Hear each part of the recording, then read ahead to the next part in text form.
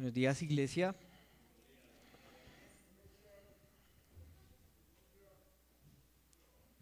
Bueno, iglesia, en esta mañana vamos a continuar entonces estudiando la palabra del Señor. ¿Qué libro estamos estudiando? Muy bien, muy bien, estamos estudiando Hechos. Eh, ¿Y qué capítulo nos corresponde el día de hoy? ¿Seis o siete? Ah, bueno, iglesia, muy bien, muy bien.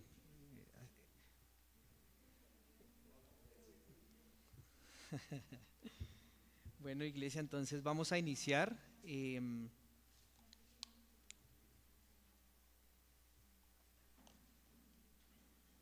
Vamos a iniciar con un momento de oración y también en mi oración. Y quiero que todos me acompañen orando también, celebrando este día, si bien todos los domingos recordamos la resurrección de nuestro Señor Jesucristo, pues digamos que en Semana Santa y pues digámoslo así, la tradición por decirlo así, nos habla de que hoy es el domingo de resurrección, ¿verdad? Y es bueno recordar eso, es bueno recordar la resurrección de nuestro Señor Jesucristo, porque si no hubiese resucitado, vana, vana sería nuestra fe, ¿cierto? Entonces vamos a iniciar orando, iglesia. Gracias, Señor, te damos en esta mañana, Padre, por permitirnos, Señor, alabarte, Padre, por permitirnos cantarte, Señor, y, y sobre todo, Señor, en especial en esta mañana, cantarte que la tumba no te retuvo, Señor, sino que tú fuiste victorioso en esa tumba y resucitaste al tercer día, Señor. Y al tú resucitar, Señor, también queda en evidencia el poder que tienes, Señor, sobre los muertos, sobre el pecado y también el poder que tienes para resucitar, Señor, aquellos que hemos confiado en ti, a tus hijos, Señor. Y nos gloriamos, Señor, en esta mañana porque sabemos que has resucitado, Señor, y que un día nos resucitarás también, Señor, contigo nos resucitarás, Señor, y estaremos por siempre, Señor, adorándote, Señor, alabándote por toda la eternidad, Dios. Nos gozamos, Señor, de recordar todos los domingos tu resurrección, tu muerte, tu sepultura y tu resurrección, tu poder, Señor. Y ahora con ese mismo poder que te resucitó, Señor, a ti, es el que opera también en el creyente. Es un poder, Señor, que nosotros no podemos dimensionar, tu Santo Espíritu, Dios, que habita en nosotros, Señor, y por eso también te alabamos y te damos gracias, Dios. Y por medio de tu Espíritu Santo, Señor, rogamos tu guía, rogamos tu consejo, Señor, rogamos la enseñanza verdadera, Señor, pura, sin adulterar, Señor, porque la necesitamos, Señor, en nuestros corazones, Padre, porque queremos ser fieles, Señor, a exponer tu palabra, Señor, también a recibir la sana doctrina, Señor, que es la que nos va a fortalecer y nos va a mantener, Señor, en lo que tú permitas, Señor, en esta tierra. Así que rogamos tu dirección, Padre, que me guíe, Señor, al hablar y al predicar tu palabra, y también por el corazón de mis hermanos, Señor, para que sea preparado, Señor, para recibir la semilla de tu palabra y que prospere y que dé mucho fruto, Señor. Muchas gracias, Señor, nuevamente por este tiempo. Gracias, Señor, por la exposición de tu palabra, y quedamos en el control de tu Santo Espíritu en Cristo Jesús. Amén. Bueno, iglesia, entonces, para recordar un poquitico, eh, hemos visto ya 5 capítulos, ¿verdad?, del libro de los Hechos. Entonces, rápidamente, capítulo 1, ¿de qué se trata, iglesia? Hablamos de Pentecostés, ¿cierto? Pentecostés, viene el Espíritu Santo y empodera a los creyentes, ¿cierto? ¿Para qué? ¿Para qué los empodera? Para ser testigos, para ser testigos. Ese es el propósito, para ser testigos. Luego vemos en el versículo, en el capítulo 2, bueno, Pedro, ¿cierto?, lleno del Espíritu Santo, da su primer discurso a los judíos. Recuerde que la iglesia, estamos todavía en Jerusalén, iglesia, y Pedro da su discurso que fue un discurso guiado por el Espíritu Santo, inspirado por el Espíritu Santo, donde habla de quién era la persona de Cristo y la importancia de la persona de Cristo para el pueblo de Israel. Capítulo 3, hablamos sobre la sanación de un cojo, ¿sí recuerdan? La sanación de un cojo, una forma milagrosa que Dios permitió a través de Pedro para demostrar y para autenticar su llamado y su mensaje también. Capítulo 4, vimos que bueno, ya empezó la consecuencia más obvia de la predicación de la palabra, que es persecución. Empezó la persecución y Pedro y Juan son llamados ante el concilio, pero aquí son intimidados, ¿cierto?, a no hablar en el nombre de Jesucristo, pero ellos dicen necesario obedecer a Dios antes que los hombres. Capítulo 5, estamos yendo rápidamente, hablamos de Ananías y Zafira, mueren por pecar en medio de la iglesia, y esto lo hace para que la iglesia empiece a temerle a un Dios santo. Y nuevamente son llevados por los sacerdotes y luego son azotados y son intimados nuevamente a no predicar en ese nombre, dice así, a no predicar en ese nombre. Pero encontramos en el capítulo 6 algo que no esperábamos o que quizás de pronto no se esperaba, ¿no? Porque se les había dicho, no prediquen en el nombre de Cristo. Los intimaron, los están azotando a los predicadores del evangelio. Entonces la reacción más normal, entre comillas, que uno esperaría sería que la gente se esconda o que la gente deje de predicar, porque es que los van a azotar, porque es que van a sufrir, los van a perseguir. Pero pasó todo lo contrario. Capítulo 6, versículo 1 dice: en aquellos días, ¿qué pasó? Como creciera el número de los discípulos, o sea, pasó todo lo contrario. Y en el original, creciera hace referencia a multiplicarse, porque es que es la palabra de Dios, porque la palabra de Dios es vida, porque la palabra de Dios transforma, porque da vista a los ciegos, porque rompe cadenas de pecado, porque es la verdad. Así que es el fruto de la palabra, que se empezó a multiplicar, que empezó a crecer. Y este es un poquitico el contexto para entrar a ver este capítulo 6. Ahora, este capítulo 6 vamos a verlo en esta mañana, si Dios permite, de los versículos 1 al 7, y he titulado esta pequeña enseñanza: un llamamiento santo al servicio de Dios. Un llamamiento santo al servicio de Dios. ¿Qué estaba pasando con la iglesia en Jerusalén? Creció, ¿cierto? Se empezó a multiplicar. Dice la palabra, el número de los discípulos. ¿Qué es un discípulo? Un seguidor, exacto, un aprendiz, un alumno. Eso es lo que es un discípulo. Y la palabra de Dios se estaba predicando y muchos aprendices, muchos alumnos estaban aprendiendo de la palabra de Dios. Es una referencia muy bonita que utiliza el escritor acá, de los discípulos. Los discípulos. Ahora, en el original no dice esta palabra. En el original dice esta palabra, en la Reina Valera no, y es la palabra pero. Si lo leemos como dice en el original, el versículo 1 dice: pero en aquellos días. Y cuando dice pero, ¿a qué hace referencia pero? Un contraste, ¿cierto? Entonces, ya habíamos visto la muerte de Ananías y Zafira, pero pues en general todo iba bien, la iglesia iba creciendo, multiplicando, pero sucedió algo. Dice: como crecía el número de los discípulos, ¿hubo qué? Murmuración. Empezó la murmuración en la iglesia. Qué triste, ¿no? Qué triste, empezó la murmuración en la iglesia. ¿Hubo murmuración de qué? De los griegos contra los hebreos, de que las viudas de aquellos eran desatendidas en la distribución diaria. Ahora quiero hacer varias menciones. Vamos a hablar un poquitico acerca de la murmuración en la iglesia, pero antes de eso quiero aclarar algunos términos, algunos temas aquí. Lo primero es que dice que hubo murmuración de los griegos contra los hebreos. Entonces uno se pregunta, ¿y cómo así griegos en la iglesia? En el original habla de helenistas. ¿Quiénes eran los helenistas? Todos eran judíos, pero la diferencia es que habían judíos que hablaban griego, ¿sí? eran griegos, tenían sus sinagogas y predicaban en griego, enseñaban en griego, ¿sí? No hablaban mucho el hebreo. Mientras que habían otros que eran los hebreos, que sí eran propiamente judíos, que tenían sus sinagogas y predicaban y enseñaban en hebreo, y había estas dos diferencias, pero todos eran judíos, solo que unos habían sido afectados por, digamos ese imperio griego que se daba en ese momento. Pero todos eran judíos, esa es la primera aclaración que quiero hacer.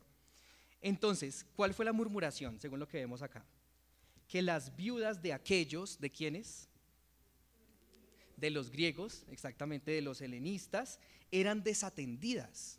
¿Qué quiere decir desatendidas? Pasadas por alto, de pronto subestimadas, como que no las trataban de la misma manera como trataban a las viudas hebreas, ¿sí? En la distribución, en el servicio diario. Ahora, ¿de qué tipo de servicio recibían las viudas? Alimentos. Las viudas eran en ese tiempo, de pronto hoy no tanto lo vemos así, pero en ese tiempo era un sector muy vulnerable, ¿sí? Las viudas por lo general no tenían sustento, no tenían una forma de sustento. ¿Quiénes sostenían a las viudas, a las mujeres? Sus esposos. Cuando morían sus esposos, pues no tenían una forma de sustento, y habían viudas que ni tenían hijos o sus hijos no les sustentaban, no tenían nietos, no tenían familiares, literal podían morir de hambre. Entonces era un sector muy vulnerable de la sociedad, y por eso en Primera de Timoteo capítulo 5, no lo vamos a leer ahorita, pero de los versículos 3 más o menos por lo menos unos 10, 12 versículos están dedicados a las viudas. Cuando nosotros estábamos estudiando en los devocionales Timoteo, me llamaba mucho la atención que se toman como unos 10 versículos para hablar de las viudas, porque en ese tiempo eran un sector, como les digo, muy vulnerable, podían literal morir de hambre, y por eso acudían a la iglesia. La iglesia era como ese medio para ellas poder obtener recursos y ser sustentadas.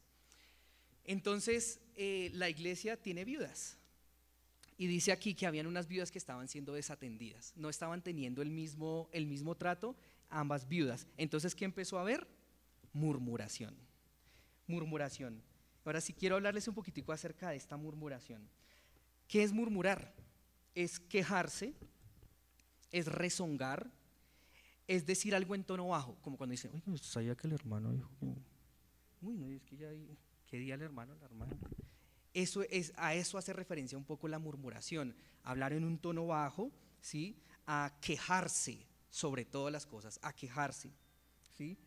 Y esto fue lo que hubo en la iglesia, hubo una queja, hubo una insatisfacción de parte de los discípulos en la forma en que se hacía el ministerio.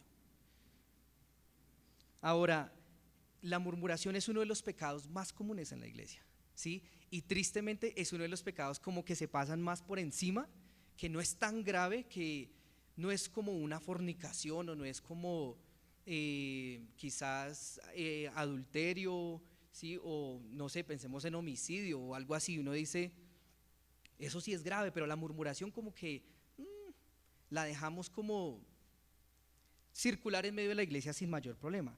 Y es un gran problema la murmuración, iglesia. A Dios no le gusta que haya murmuración en su iglesia. A Dios no le gusta, y Dios trata la murmuración. Es interesante que en Romanos capítulo 1, versículo 29, si vemos rápidamente, para Dios la murmuración y el homicidio y la fornicación y el adulterio son lo mismo. Pues ¿por qué? Porque es pecado. Así que Dios abomina la murmuración. Dios no quiere que en la iglesia haya murmuración. Si vemos el Antiguo Testamento, la murmuración fue causa de muerte, causó mucha mortandad. En Números capítulo 16, si quieren ir más o menos, para que más o menos vean el contexto, en Números capítulo 16 nos habla de un pueblo que se llamaba, o una familia que era la familia de un hombre llamado Coré. ¿Sí lo recuerdan? ¿Lo han escuchado? Entonces, ¿qué hizo Coré? Murmuró contra Moisés y contra Aarón, porque ellos eran descendientes de Leví, como estudiamos en la escuela dominical. Entonces ellos de alguna u otra forma tenían el derecho de ministrar en el templo, de ministrar en el tabernáculo. Entonces ellos decían, ¿cómo es posible que tú, Moisés, tengas que hacer intercesión y tengas que ministrar a favor de nosotros pueblos si nosotros somos también descendientes de Leví? Nosotros también podemos hacer eso. ¿Sí me hago entender? O sea, hubo cierta queja, hubo una rebelión, por eso la Biblia lo titula así, la rebelión de Coré. Y Dios abominó, estuvo en total desacuerdo con la rebelión de este pueblo. Y miremos ahí en Números capítulo 16 lo que acontece. Números 16. Ahí en Números 16 no lo vamos a leer por tiempo, pero ahí nos habla de la rebelión de Coré.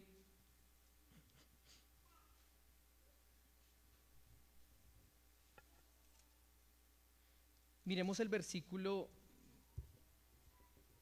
41. Esta es una historia grande y no la vamos a leer por tiempo, si quiere la puede leer en su casa. Dice el versículo 41, el día siguiente toda la congregación de los hijos de Israel murmuró contra Moisés y Aarón. ¿Qué había pasado antes de esto? Murieron muchas personas a causa de la murmuración, murieron. Entonces, ¿qué hizo el pueblo de Israel? El pueblo de Israel también estuvo insatisfecho por esa muerte. Entonces volvió y murmuró contra Moisés. Y dice el día siguiente toda la congregación de los hijos de Israel murmuró contra Moisés y Aarón diciendo, vosotros habéis dado muerte al pueblo de Jehová. O sea, le echó la culpa a Moisés y Aarón. No entendían que eso era algo que provenía de Dios. Y Dios se enfurece. Bueno, si nosotros lo seguimos leyendo, aconteció versículo 42, que cuando se juntó la congregación contra Moisés y Aarón mirando hacia el tabernáculo de reunión, y aquí la nube lo había cubierto y apareció la gloria de Jehová. Y vinieron Moisés y Aarón delante del tabernáculo de reunión, y Jehová habló a Moisés diciendo, apartaos de en medio de esta congregación, y los que los consumiré en un momento. Y si miramos en el versículo 49, dice, y los que murieron en aquella mortandad fueron 14,000 por un pecado tan desapercibido como simplemente estar en contra de Moisés o quejarse en contra, porque Dios realmente abomina la murmuración en la iglesia, en su pueblo. Murieron 14,000, hasta tal punto que aquí Moisés y Aarón tuvieron que meterse en medio del pueblo e interceder por el pueblo para que no siguiera más mortandad, para que no siguiera Jehová consumiendo y cortando a todo este pueblo. Entonces quería llevarlos un poquitico acá como para ver el corazón de Dios respecto a la murmuración. La murmuración, iglesia, trae ingratitud, descontento, pero también trae calumnia, descrédito, rebelión y finalmente trae división. No es cualquier cosa. Ahora, cuando uno murmura contra un hermano, ¿uno con qué intención lo hace? ¿Con intención buena o con intención mala? Exactamente, entonces uno no está haciendo edificación. ¿Qué hace un hermano hablando mal de otro hermano? Como dice acá en el original, a tono bajo, ¿sí? Si lo que está haciendo es creando una imagen negativa del hermano, y lo peor es que ese hermano ahora se va a ir con otro hermano y con otro hermano y se va a terminar multiplicando la murmuración en la iglesia. Si hay murmuración, llévelo al liderazgo. Esa es como, porque yo sé que a veces puede haber murmuración y de pronto usted y yo hemos sido sujetos a murmuración en algún punto en la iglesia, ¿sí? Y no hemos sido firmes ni hemos hecho lo que debemos hacer como cristianos, ¿sí? Que es cortar y decirle, vea hermano, si usted piensa eso del hermano, si usted cree que eso le está haciendo, háblelo con el liderazgo, llévelo al liderazgo. ¿Qué hizo la iglesia primitiva en el capítulo 6? ¿Lo llevó al liderazgo? No, si lo hubiera llevado al liderazgo a tiempo no se hubiera proliferado la murmuración. Si ellos a tiempo hubieran dicho, vea, es que yo no estoy de acuerdo que las mujeres estén, no, sino que empezó a haber murmuración porque se empezó a, como dice ahí, comidita de pasillo, empezó como comidita de pasillo el tema de las viudas desatendidas. Entonces, la Biblia es clara en contra de la murmuración, iglesia. Santiago capítulo 4, versículo 11, vamos a leerlo.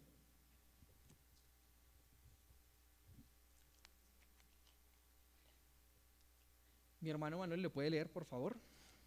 Santiago 4, versículo 11.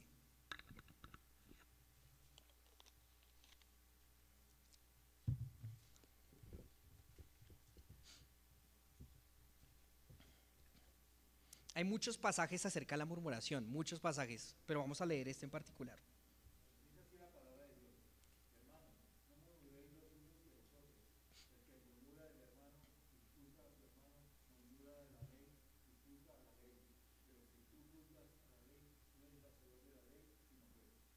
Exactamente, entonces dice, hay un mandato, no murmuréis. Claro, no murmuréis los unos de los otros. Ese es el mandato que Dios nos da, no murmurar. Porque el que murmura del hermano y juzga a su hermano, murmura de la ley y juzga de la ley. Cuando yo estoy juzgando murmurando a mi hermano, me estoy volviendo su juez. Me convierto en su juez. Y no solamente me convierto en juez de mi hermano, sino también en juez de la ley. ¿Cuál es la ley? Como la resumió Cristo. Amar a Dios sobre todas las cosas y amar al prójimo como a sí mismo. Cuando yo murmuro de mi hermano, no lo estoy amando, sino estoy siendo su juez. Entonces me estoy poniendo por encima de la ley también, y me estoy convirtiendo lógicamente en desobediente de la ley. ¿Sí? Por eso le digo, pueda que haya una actitud que no esté bien de parte de un hermano, pero ¿cuál es el deber? Llevarlo al liderazgo inmediatamente. ¿Sí? Es muy sencillo, no empezar con los hermanos, porque eso es lo que Dios abomina. Dios no quiere murmuración en su iglesia. Entonces, volviendo a Hechos, ya hablamos un poquitico, quería mencionar rápidamente acerca de la murmuración. Es natural que surjan problemas en una iglesia, ¿no? Como dicen por ahí, si hay una iglesia perfecta, no vaya porque usted la va a dañar, porque usted es imperfecto, porque usted es hombre, ¿sí? Y es pecador. Ni la misma iglesia primitiva estaba exenta de pecado, ¿sí? Ahora, el tema es cómo se trata el pecado en la iglesia. ¿Cómo se trata el pecado en la iglesia? Y aquí vamos a ver cómo lo tratan los apóstoles. En el versículo 2 dicen: entonces los 12 convocaron a la multitud de los discípulos y dijeron: no es justo que nosotros dejemos la palabra de Dios para servir a las mesas. Ahora, uno de pronto se puede acercar a este texto y decir: uy, esos apóstoles tan creídos, ¿no? Tan orgullosos, ¿cómo así que? O sea, uno se los puede imaginar: no, yo no me voy a dedicar a la mesa, yo estoy puesto a enseñar la palabra de Dios. Y cualquiera podría pensar así, ¿no? Mire, orgullo en los apóstoles, pero no es así, esa no es la correcta interpretación de la palabra. Vamos a ver la correcta interpretación de la palabra. Cuando dice no es justo, en el original significa no es apropiado, no es correcto, ¿sí? No es una cuestión de orgullo ni es una cuestión de superioridad, es una cuestión de, pongan cuidado a esto, llamado. Es una cuestión de llamado. En otras palabras, lo que están diciendo los apóstoles: no es justo que yo deje de hacer lo que Dios me ha llamado a hacer, o que yo me vaya a un lugar a donde Dios no me ha llamado, porque Dios me hizo a mí un llamado y Dios nos hizo a todos un llamado. Y debemos vivir nuestra vida de acuerdo al llamado que Dios nos hizo, ¿sí o no? Así que no es una cuestión de orgullo ni de vanagloria, es una cuestión de llamado. Por eso dice no es apropiado, no es lo correcto. Y podemos afirmar esto, iglesia, porque estaban llenos del Espíritu Santo. Recordemos que eso es lo que hemos visto: estaban llenos del Espíritu Santo, se estaban jugando estaban jugando su propia vida por Cristo y por el Evangelio. O sea, la discusión de quién es el mayor, ¿recuerdan? ¿Quién es el mayor? Eso ya había quedado atrás, ¿sí? Ellos ya estaban jugando su propia vida por Dios, ¿cierto? Porque era genuino su llamado, su ministerio. Así que dejemos a un lado el tema de orgullo, que sí se vio mucho en la iglesia de Corinto, por ejemplo, ¿no? Los dones más vistos eran los que más anhelaban los corintios, pero no era el caso aquí, porque eran hombres ya de Dios, llenos del Espíritu Santo. Así que es una cuestión de llamado. Dios, iglesia, Dios nos ha puesto en su iglesia, en este caso en La Serena. Dios nos ha puesto en la iglesia La Serena, donde hay mucho trabajo, como en muchas iglesias también, y nos ha dado dones y nos ha llamado a hacer algo. ¿Ustedes creen que Dios lo llamó a usted aquí para sentarse? ¿No más? No, Dios nos ha llamado a algo, a hacer algo como hijos. Porque cuando creímos, el Espíritu Santo que nos dio dones. Y también dice la palabra que Cristo nos dio ministerios, ¿sí? Y yo quiero hacer la pregunta: ¿a dónde te ha llamado Dios? Y si estás haciendo lo que Dios te ha llamado a hacer. Esa es una buena pregunta, ¿no? Si estoy haciendo lo que Dios me ha llamado a hacer, si estoy haciendo lo que Dios espera de mí. Tenemos que quitarnos, iglesia, el chip que tenemos de que el liderazgo es el único, son los hombres que deben sacrificarse, que solamente el liderazgo es el que tiene que sacar tiempo, sacar recursos, sacar energía, que es el único que tiene que sacrificar el tiempo con su familia, de su trabajo para servir al Señor, que son los únicos que tienen que entregarse. No es así, iglesia, todos, y lo vamos a ver más adelante a medida que desarrollamos el texto. Y algo que me ha llamado la atención es en Pedro. Dios dice la palabra que Él nos hizo reyes y ¿a solo al liderazgo? A todos. O sea, usted, hermano, Dios lo constituyó un sacerdote. ¿Qué hacía un sacerdote en el Antiguo Testamento?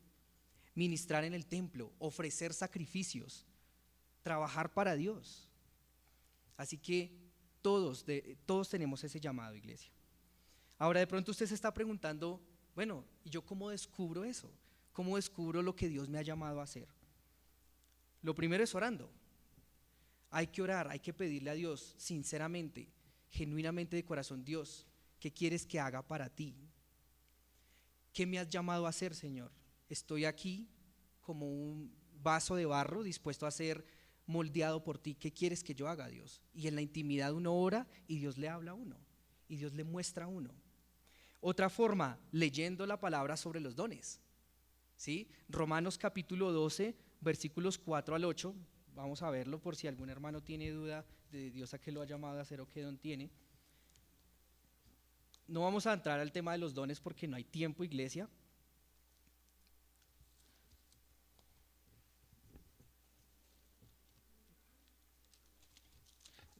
Romanos capítulo 12. Me pasé.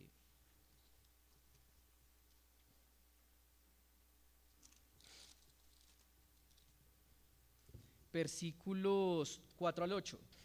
Nos habla de varias cosas, de varios dones. Dice: porque de la manera en que en un cuerpo tenemos muchos miembros, pero no todos los miembros tienen la misma función, así nosotros, siendo muchos, somos un cuerpo en Cristo y todos miembros los unos de los otros.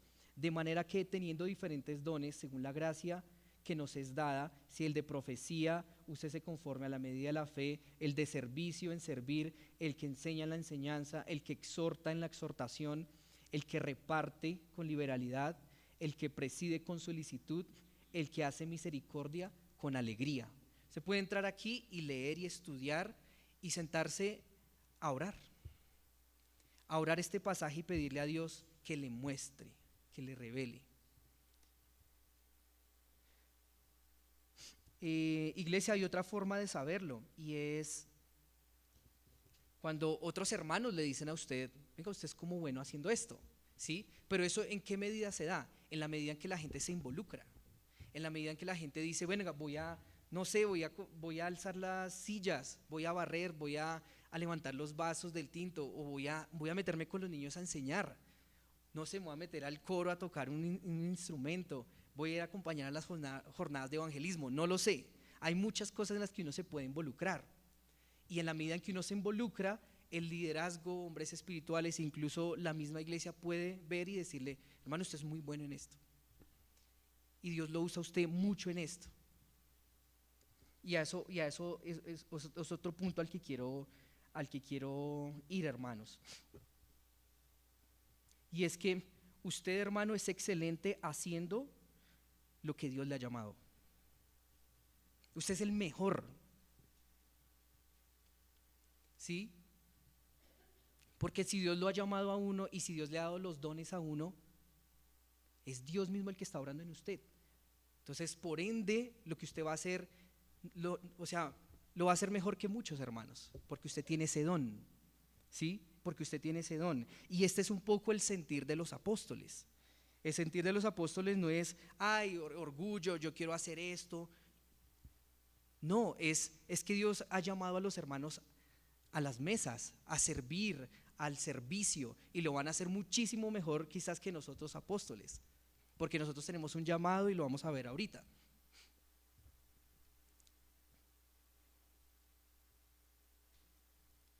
Así que este es el llamado, iglesia, a que pensemos, a que meditemos a Dios que nos ha llamado a hacer.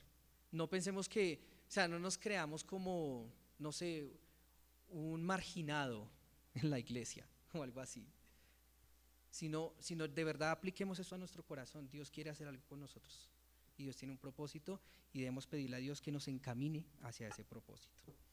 No quiero pasar por alto, iglesia, la diligencia también aquí de los apóstoles en resolver los problemas de la iglesia, ¿sí? De otros hubieran dicho, ay, no, sabe que arréglensela ustedes. Ay, ya empezó la murmuración, ya empezó los problemas, ustedes verán. Ay, mire, arréglense entre ustedes a ver si usted cómo le reparte a ella y a la otra, etcétera. No, sino que ellos inmediatamente, ¿qué hicieron? Tomaron cartas en el asunto y empezaron a resolver el problema de murmuración que había en la iglesia, ¿sí? Y esto nos habla un poco a nosotros como líderes, ¿sí? ¿Cómo estamos, cómo es nuestra diligencia para resolver los problemas que surgen? Porque es natural que surjan en la iglesia, ¿sí?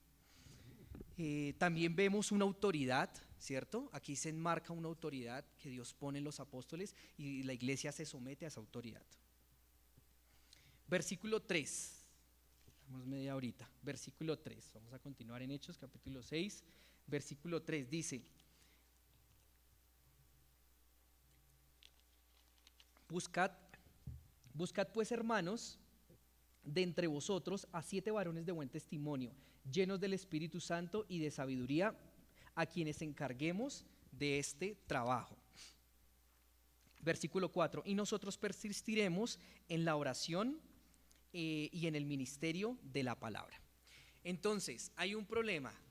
¿Cuál es? Están siendo desatendidas las viudas, ¿cierto? De los griegos. Está generando murmuración, ¿cierto? Y los discípulos dicen, no es justo que nosotros nos pongamos entonces a atender a las mesas. Entonces, ¿cuál es la solución que se da? ¿Cuál es la solución, iglesia? Muy bien, exactamente. Entonces vamos a buscar hermanos de la congregación, ¿cierto? Y es interesante que dice para que se encarguen de este ministerio, ¿sí? No dice para que colaboren, no dice para que ayuden, no dice para que sean auxiliares, sino para que se encarguen, para que sean constituidos, para que sean colocados en ese ministerio, ¿sí? Porque se necesitan hermanos que se constituyan y que queden fijos en un ministerio, ¿sí? No es una ayuda, sino es responsabilizarse de un ministerio, ¿sí? Y quiero hacer una mención aquí rápidamente, iglesia, acerca de la iglesia de Dios. La iglesia de Dios, según este versículo, podemos ver que es un ente vivo, funcional y completo, porque Dios es quien lo dirige. ¿Por qué vivo? Porque los que hemos creído en Jesús hemos pasado de muerte a vida, ¿cierto? No solamente estamos vivos físicamente, sino también espiritualmente. Funcional, ¿por qué funcional? Porque cada uno tiene una función. Así como nuestro cuerpo, cada uno tiene una función, la iglesia de la misma forma tiene una función y trabaja, así como el cuerpo trabaja, cada uno de sus miembros en pro de que el cuerpo se mueva, de que el cuerpo trabaje. De la misma forma la iglesia tiene diferentes miembros funcionales que tienen un trabajo que hacer en pro de la expansión del evangelio. Y completo, este es el que más me gusta, completo, porque Dios hace su iglesia y pone en su iglesia las personas que la iglesia necesita, ¿sí?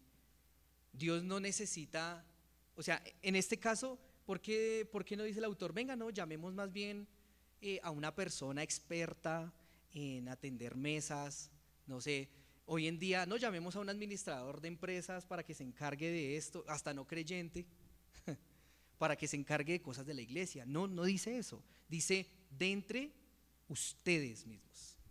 Porque Dios hace las cosas bien y hace su iglesia completa. Dice dentro de ustedes mismos. Quiere decir que salgan de ustedes mismos, es lo que quiere decir el original. ¿Sí? Que salgan de ustedes mismos. 7 varones. 7 varones. Esa es la iglesia de Dios. La iglesia no es una democracia. Quiero que nos quede claro también esto. Es que hay muchas cosas, pero no quiero pasarlas. La iglesia no es una democracia en la que el pueblo escoge lo que debe hacer la iglesia, ¿sí? Porque de hecho tenemos malos ejemplos de eso en el Antiguo Testamento, ¿no? Cuando Israel quería un rey, Saúl y demás, y todo lo que terminó aconteciendo, ¿no? La iglesia es una teocracia, ¿sí? No es una democracia, es una teocracia donde Dios es la última palabra y es la autoridad, ¿sí? Ahora, ¿por qué entonces en el libro de los Hechos menciona que la iglesia, bueno, escojan entre ustedes, ¿no? Como la iglesia tiene como quien dice, tiene esa autoridad? Porque no estamos hablando de cosas espirituales. Quiero que nos quede claro eso. Estamos hablando de cosas cotidianas, ¿sí? ¿Quién atiende las mesas? ¿Sí? ¿Quién, en nuestro contexto, quién organiza las sillas? ¿Sí? O más aún, más cercano, ¿quién va a pintar la iglesia? Que es lo que hemos estado hablando, ¿sí? Y hemos tratado de involucrar a la iglesia en la pintura de la iglesia, propuestas, que el color, y en la asamblea hablábamos presupuesto y demás, porque son cosas cotidianas, pero las cosas espirituales no se ponen a decisión ni a votación de la iglesia, ¿sí? La doctrina, por eso la palabra lo dice en el libro de los Hechos, que perseveraban en la doctrina de los apóstoles. No decía perseveraban en la doctrina que la iglesia escogía y votaba que debía ser, ¿sí? Sino que la doctrina es de los apóstoles, pero cosas cotidianas la iglesia debe de hecho involucrarse con las cosas que se pueden presentar, necesidades de la congregación. Entonces quería hacer esa pequeña mención. Y ahora vamos a ver algo muy interesante, iglesia, es las características de los hombres que sirven a Dios. ¿Cómo era el título de la prédica? Un llamamiento santo, ¿cierto? Entonces vamos a ver cómo son las características de ese llamamiento a los hermanos. Dice el versículo 3: buscad pues, hermanos, de entre vosotros a 7 varones y habla de 3 cosas: buen testimonio, llenos del Espíritu Santo y de sabiduría. Entonces el primero, de buen testimonio, yo lo decido como enmarcar o englobar en características un poco más respecto a los hermanos, como un poco más hacia los hermanos, hacia la congregación, y la llenura del Espíritu Santo más como hacia Dios, ¿sí? Como vertical y horizontal, ¿sí? Dice de buen testimonio. ¿Qué quiere decir, hermanos, de buen testimonio? 11 cosas. 11 cosas. Primera de Timoteo capítulo 3, versículos 8 al 13.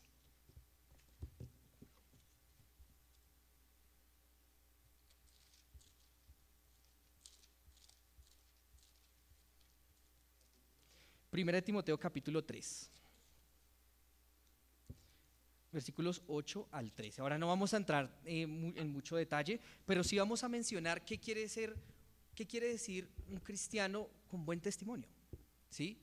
¿Qué es un cristiano con buen testimonio? Entonces allí nos habla hombres y tanto hombres como mujeres, ¿no?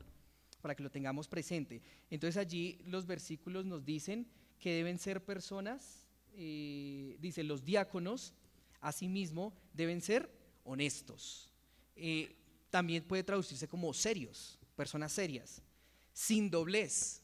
Sin doblez quiere decir de una sola palabra, no que digan una cosa aquí y otra cosa allá, o sea, mentirosos. No pueden ser personas mentirosas. No pueden ser personas dados al mucho al vino, o sea, borrachos. No codiciosos de ganancias deshonestas, estafadores, ladrones. Imagínense un siervo de Dios estafador. Bueno, hay entre comillas, ¿no? ¿no? O una persona deshonesta, una persona mentirosa, sirviendo en medio de la iglesia. Que guarden el ministerio de la fe con limpia conciencia, es decir, que tengan su conciencia limpia de lo que hacen en su vida, de cómo tratan a su familia, de cómo trabajan en medio de la semana, no solo los domingos. Dice que sean irreprensibles. Dicen que deben ser sometidos a prueba, pero que deben ser irreprensibles, es decir, que no tengan de qué acusarle, que no digan, el hermano está sirviendo, no, ese hermano que se la pasa en la cantina tomando allí en la esquina en el minuto de Dios, ese es el hermano que yo vi que día como mirando mal a la hermana, como que no tengan de qué acusarle. Eso es lo que quiere decir irreprensible. Dice maridos de una sola mujer. Quiere decir no personas recasadas. No personas recasadas. La Biblia no avala el divorcio. Esas son de las cosas que Dios dice que abomina el divorcio. Entonces, si yo me casé legalmente, ¿no? Casarse legalmente es delante del Estado, ¿sí? Y también delante de la iglesia, y me casé legalmente y me divorcié, ¿cierto? Si vamos a hablar de divorcio, hay muchas cosas, ¿no? Pero se debe quedar divorciado dependiendo de la situación. Usted se divorcia y se debe quedar así. Usted no puede volver a casarse. O bueno, de poder, pues puede hacerlo, ¿no? Pero no es, bíblicamente no es la forma correcta, ¿sí? Entonces a esto hace referencia, maridos de una sola mujer, mujeres casadas con un solo hombre. Por eso la Biblia es enfática en hablar de maridos de una sola mujer, y que gobiernen bien sus hijos y sus casas. Porque si yo en mi casa no soy el pastor de mis hijos, si no soy esa guía espiritual, ¿cómo voy a venir a ser guía espiritual y pastor de quienes no son mis hijos? Si no lo hago por mis hijos, mucho menos lo voy a hacer por personas que no son mis hijos. Así que por eso dice lo mismo. Y dice, porque los que ejerzan bien el diaconado ganan para sí un grado honroso, de mucha confianza. Las personas que se paran en medio de la iglesia deben ser personas de confianza. Que usted se pueda acercar a la persona y contarle de su vida, confesarle algo que está pasando, recibir consejo. Es una persona de mucha confianza. Y habla de las mujeres también. Dice las mujeres, hablando de las esposas de los diáconos, aunque también aplica en general para las mujeres, tienen que cumplir lógicamente todos los requisitos anteriores, pero nos agrega otros más: no calumniadoras, sobrias, es decir, prudentes y fieles en todo. Eso es un cristiano de buen testimonio, iglesia.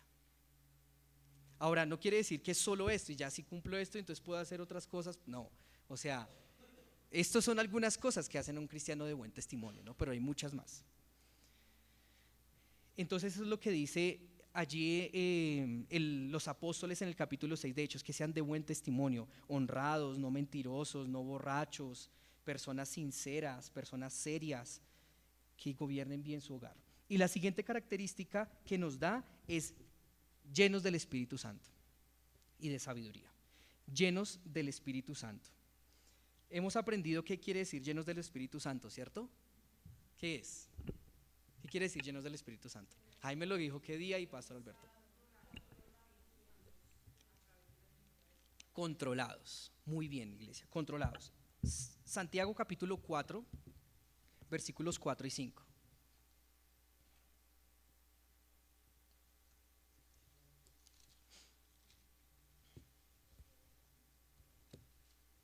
Santiago 4, 4 y 5, dice así la palabra: oh almas adúlteras, ¿no sabéis que la amistad del mundo es enemistad contra Dios?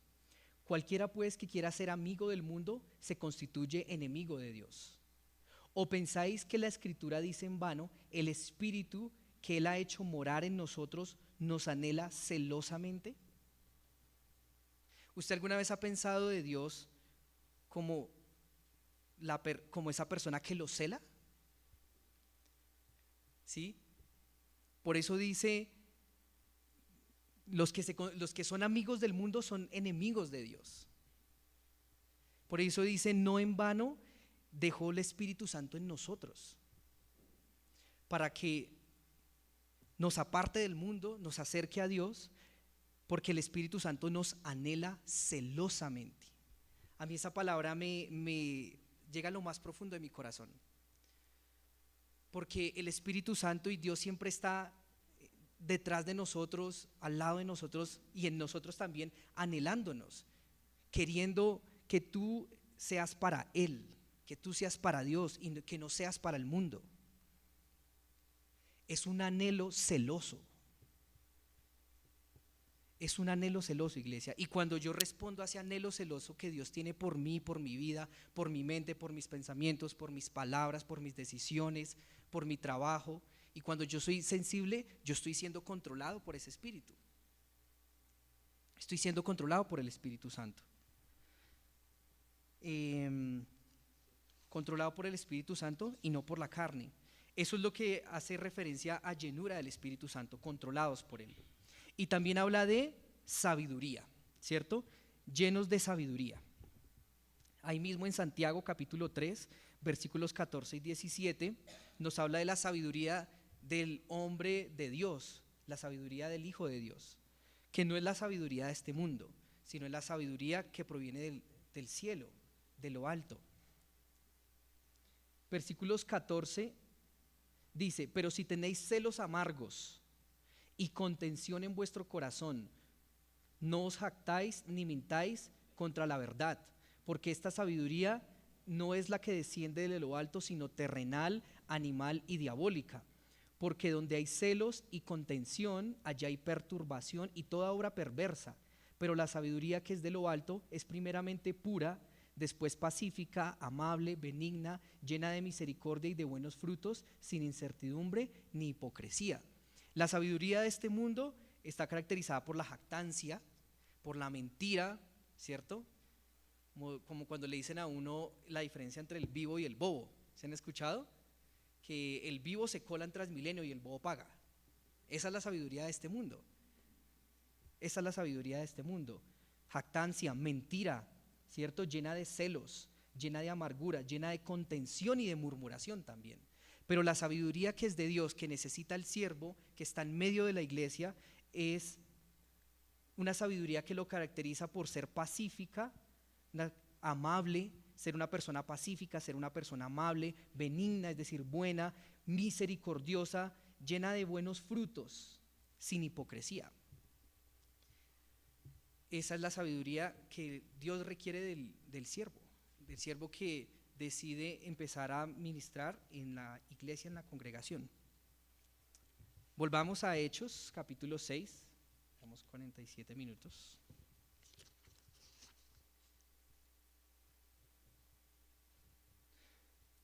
Entonces ya vimos un poco esas características, ¿cierto? Ahora, ¿cómo puede ser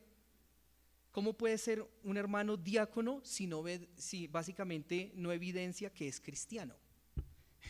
Esa es como la conclusión, o sea, evidencia que es cristiano. Estas características que acabamos de ver son de un cristiano, no es de pues un superhéroe o quién sabe qué, un super espiritual, es de un cristiano. Deberían ser las características. O sea, en pocas palabras, ¿es mucho pedirle a un hermano que se comporte como cristiano? ¿Es mucho pedirle? ¿Es mucho pedirle? Ahora, la pregunta del millón: ¿tantos requerimientos para servir comida? O sea, todo lo que hemos hablado para simplemente repartir unos platos de comida, ¿lo pueden creer? O sea, todos quedamos como, ¿es en serio? Uno diría, no, pues para el pastor, para el líder, para el maestro, pero para una persona que va a repartir un plato, ¿necesita todos estos requerimientos? Bueno, para Dios sí, porque es que cuando usted reparte un plato de comida, usted está reflejando a Dios en su vida. Imagínese usted repartiendo un plato de comida y llegó y… O sea, ¿qué imagen se va a llevar una persona nueva que usted le atiende así? O que anda con la mirada, como dicen por ahí, cara de puño. ¿Sí? Porque es que usted está evidenciando, incluso cuando usted pasa un plato de comida, usted está mostrando a Dios. Cuando usted dice, hermano, bienvenido, ¿cómo está? Mire, le sirvo su plato de comida. Si quiere repetir, bueno, si hay para repetir, si no, pues, si no, pues no se comprometa tampoco, que queda como un mentiroso. Sí me hago entender, pero en cada actitud que usted tiene, usted está reflejando a Dios. Y cuando vienen personas, vienen a buscar a Dios. Y usted a veces es el único Dios que van a poder ver. Por eso es importante, iglesia. Pero hay otra razón aún más importante, que es algo central de esta enseñanza, iglesia. Dios demanda todo esto por una sencilla razón, y es porque Él es santo. Porque Él es santo, iglesia, y porque la iglesia es de Él, porque Él la compró, a Él le pertenece. Y Él dice en la Biblia que es santo, santo, santo, y en su iglesia hay santos, o deben ser santos. Por esa sencilla razón, iglesia, porque es la iglesia de Dios, y en la iglesia de Dios debe haber santidad. Miren, en Isaías capítulo 6, versículo 15, es muy conocido este texto, pero quiero que lo veamos. Isaías capítulo 6.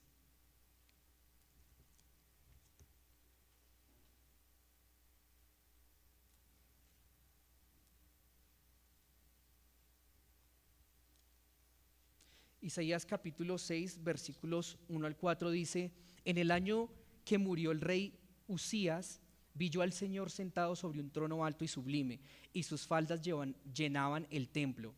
Por encima de él había serafines, cada uno tenía 6 alas, con 2 cubrían sus rostros, con 2 cubrían sus pies, y con 2 volaban. Y el uno al otro daba voces diciendo: Santo, santo, santo, Jehová de los ejércitos, toda la tierra está llena de su gloria. Y los quiciales de las puertas se estremecieron con la voz del que clamaba, y la casa se llenó de humo. Entonces dije: ay de mí, que soy muerto, porque siendo hombre inmundo de labios y habitando en medio del pueblo que tiene labios inmundos, han visto mis ojos al Rey, Jehová de los ejércitos. Miren, la actitud de Isaías acá no fue, cuando vio a Dios, fue: te alabo, te bendigo, te exalto, te lo. No, fue: Dios mío, soy hombre pecador, tengo labios inmundos y habito en medio de un pueblo que tiene labios inmundos. Soy hombre muerto, porque temió a la santidad de Dios. Hay temor, sí, iglesia. Y se necesita mucho temor en nosotros, temor de un Dios santo. A veces nosotros jugamos mucho en nuestra vida, iglesia, y andamos de aquí para allá y de allá para acá, cuando Dios espera de nosotros santidad en lo que hacemos, en lo que pensamos, en lo que decimos, en las decisiones que tomamos, a dónde nos vamos, cómo servimos. Y nosotros no tomamos en serio la santidad de Dios. Y por eso es que hoy en día hay payasos predicando y falsos creyentes, como dice Jaime de Chocolate. Ay, soy hombre muerto, porque cuando uno está delante de Dios y contempla su santidad, lo único que puede ver es el pecado, considerarse pecado y muerto delante de un Dios santo, porque no se puede acercar a esa santidad de Dios. Por eso Dios demanda que cuando se comparta un plato en la iglesia, hay santidad en ese hombre o en esa mujer. Y eso es algo que ha venido retomando en mí en la semana a medida que predicaba, que preparaba esta enseñanza, y era santidad, santidad, santidad. A veces no hay santidad, así de sencillo. Y quiero que se lleven eso en sus corazones, iglesia. Santidad, santidad en lo que ustedes hacen, santidad en lo que hablan, santidad en lo que se ríen, santidad en las conversaciones que tienen, santidad a dónde van, a dónde vamos, y santidad como servimos los que estamos sirviendo también.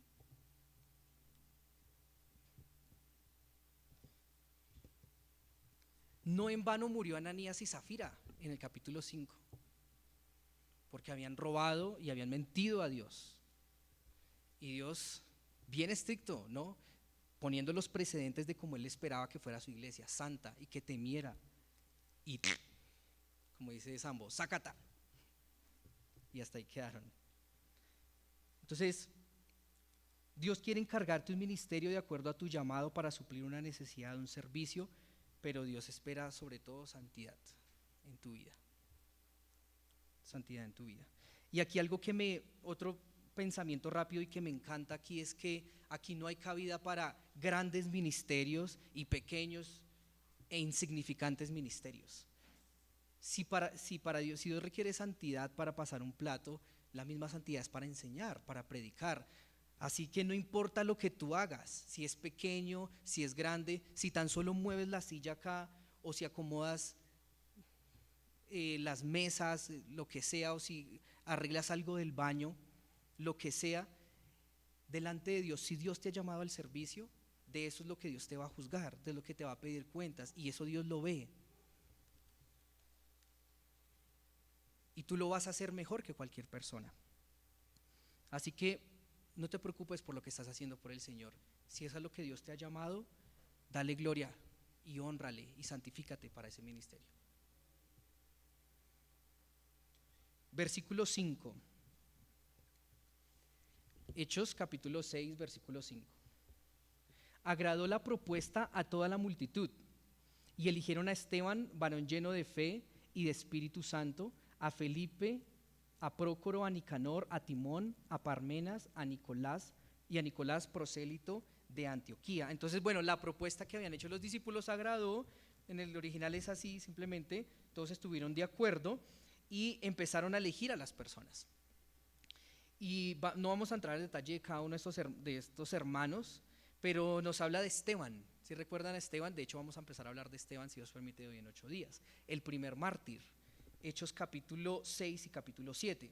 Luego nos habla nos dice que era un varón lleno de fe y del Espíritu Santo. A Felipe, de Felipe lo conocemos como Felipe el Evangelista, Hechos capítulo 8.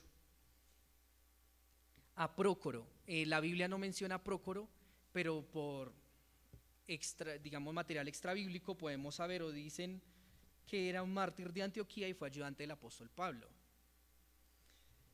De los siguientes 3 hombres, Nicanor, Timón y Parmenas, no hay referencia ni bíblica ni histórica. Sabemos que eran hombres que cumplían todos estos requisitos que acabamos de aprender, pero no se sabe más de ellos. Y a Nicolás se conoce que era un prosélito de Antioquía. ¿Saben qué es prosélito? Un prosélito no es más que un gentil que se volvió judío. ¿Sí? No era judío, no nació en un lugar judío, pero se convirtió al judaísmo. ¿Sí? No al cristianismo, al judaísmo. ¿Sí? No, porque nosotros no somos prosélitos, al judaísmo, y eso se conoce de él. Omití una parte pequeña, pero hablaba acerca del ministerio de los apóstoles, ¿cierto? Los apóstoles decían, el versículo 4 decía, nosotros persistiremos en la oración y en el ministerio de la palabra, ¿sí? Y esto habla a nosotros como líderes, iglesia. Dice, persistir es constantemente perseverar con diligencia. O sea, más comprometidos y más entregados no puede haber. Constantemente perseveramos con diligencia en la oración, ¿sí? Porque esta es constituida una casa de oración, y en el ministerio de la palabra. El ministerio de la palabra es importantísimo, iglesia, ¿sí? Hay que discipular, hay que evangelizar, ¿sí? Hay que servir, hay que tener comunión, pero también hay que tener la palabra, porque es que la palabra es la que da el crecimiento, ¿sí? La palabra es la que salva, ¿sí? Y más en tantas sectas que hay hoy en día, ¿sí? Se necesita la palabra verdadera. Bueno, versículo 5 ya lo leímos. Versículo 6 dice, a los cuales presentaron ante los apóstoles, es decir, los escogieron a los 7, pero no fue como listo ya, no, sino que pasaron por un filtro, que fue el filtro de los apóstoles, ¿cierto? O sea, aquí, si un hermano quiere servir, debe pasar por un filtro de un liderazgo. ¿Sí? No puede decir yo me proclamo pues aquí el diácono y hago, y no, o sea, debe pasar por un filtro de un grupo espiritual de hombres, ¿sí? Como sucedió en este momento, en este tiempo. Los presentaron, los aprobaron, quienes orando les impusieron las manos. Imponer las manos, iglesia, no es nada místico, ¿sí?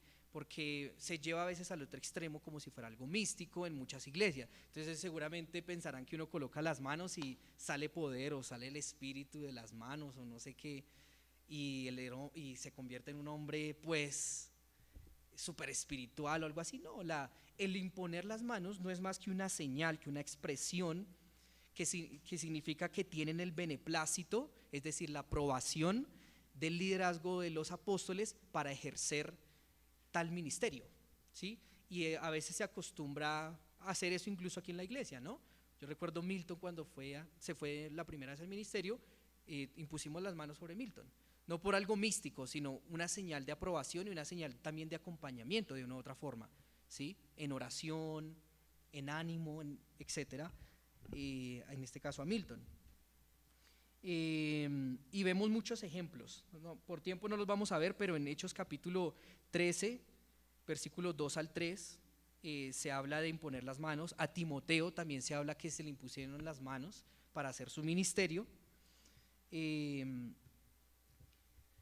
Versículo 7 dice: y crecía la palabra del Señor, y el número de los discípulos se multiplicaba grandemente.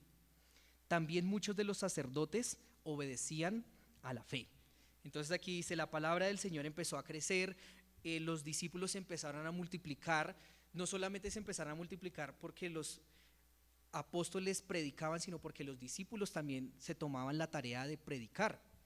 Cuando habla de hecho de llenos del Espíritu Santo, en el original hablan de testificar, que son testigos. Una persona llena del Espíritu Santo es una persona que testifica de Dios, ¿sí? Que predica la palabra.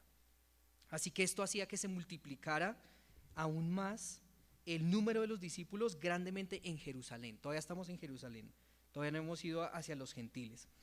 Pero no quiero pasar por desapercibido, como Pastor Alberto le decía hace 8 días, la última parte de este versículo.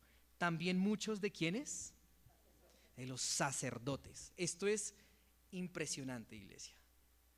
¿Pueden imaginarse ustedes los saduceos cristianos que ni creían en la resurrección? Tremendo, tremendo el poder de Dios y el poder de la palabra.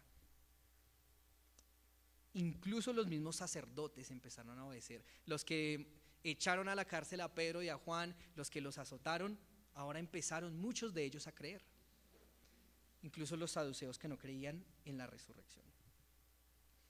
Bueno, iglesia, ya terminamos. A manera de concluir, Dios nos ha hecho un llamado a cada uno de nosotros, iglesia, ¿sí? Y yo quisiera, y es mi anhelo, y voy a orar para que Dios les muestre cuál es ese su llamado, ¿sí?